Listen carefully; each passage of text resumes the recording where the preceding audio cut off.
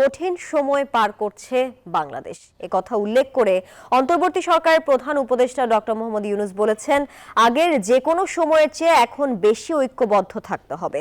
ঢাকা সেনানিবাসে defence course 2024 এবং arm forces war course 2024-এর কোর্স সমাপনী অনুষ্ঠানে সনদ বিতরণ শেষে তিনি একথা বলেন। এবছর ন্যাশনাল ডিফেন্স কলেজে ন্যাশনাল ডিফেন্স কোর্স সম্পন্ন করেছেন সশস্ত্র বাহিনীর 46 সদস্য। এছাড়া বন্ধু প্রতিম 18 দেশের 33 জন এবং বেসামরিক প্রশাসনের 16 জন সহ মোট 95 জন অংশ নেন এই কোর্সে। বাংলাদেশের সেনা, নৌ ও বিমান বাহিনীর 55 জন সদস্য সম্পন্ন করেছেন armed forces war course.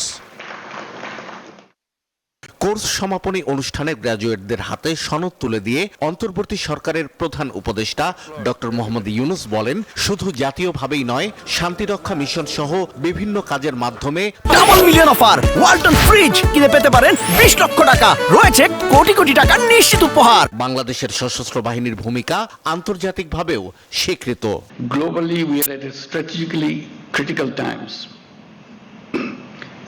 and Bangladesh is no exception to that.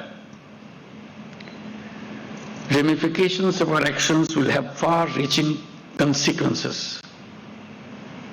in near and far future. বাংলাদেশের বর্তমান পরিস্থিতির কথা উল্লেখ করে দেশের স্বার্থে সবাইকে ঐক্যবদ্ধ হওয়ার আহ্বান জানান ডক্টর ইউনূস।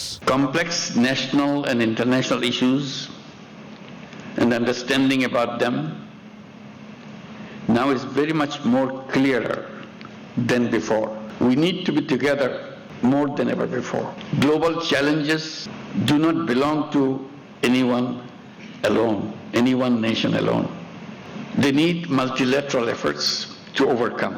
জাতীয় নিরাপত্তা নিশ্চিত করার কথা মাথায় রেখে ন্যাশনাল ডিফেন্স কলেজের কারিকুলামে রাষ্ট্রের বিভিন্ন গুরুত্বপূর্ণ বিষয় অন্তর্ভুক্ত থাকায় নিজের সন্তুষ্টির কথা জানান প্রধান উপদেষ্টা।